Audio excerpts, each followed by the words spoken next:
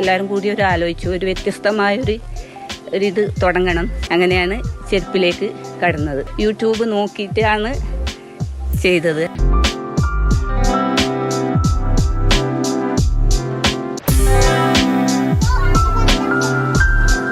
വർഷങ്ങൾക്ക് മുൻപ് വട്ടപ്പാറയിലെ ഒരു കൂട്ടം വീട്ടമ്മമാരുടെ ചിന്തകളിൽ നിന്നാണ് ശ്രീലക്ഷ്മി കുടുംബശ്രീ യൂണിറ്റിന്റെ പിറവി.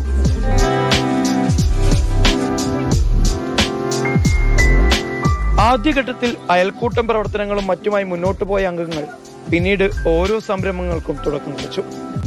SLK ചെരുപ്പുകളാണ് ഇതിൽ ഏറ്റവും പ്രധാനപ്പെട്ടത്.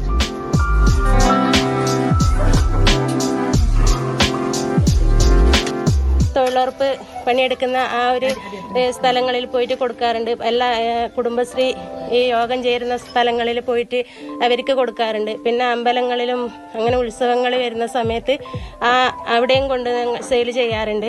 പിന്നെ CDS ചന്തകളിൽ നമ്മൾ ഇത് ചെരുപ്പെത്തിക്കാറുണ്ട്. അങ്ങനെയാണ് നമ്മുടെ സെയില് കച്ചവടമൊക്കെ ഏതെങ്കിലും നടന്നു പോകുന്നത്. നല്ല രീതിയിൽ വരുമാനം ലഭിക്കുന്നുണ്ട് അംഗങ്ങൾക്ക്.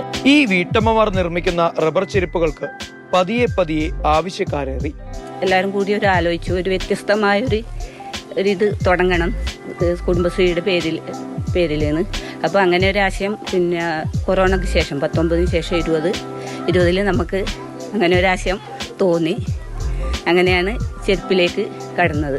നമ്മൾ തന്നെ യൂട്യൂബ് നോക്കിയിട്ടാണ് ചെയ്തത്. പതിയെ മറ്റു സംരംഭങ്ങളും പച്ചപിടിച്ചു.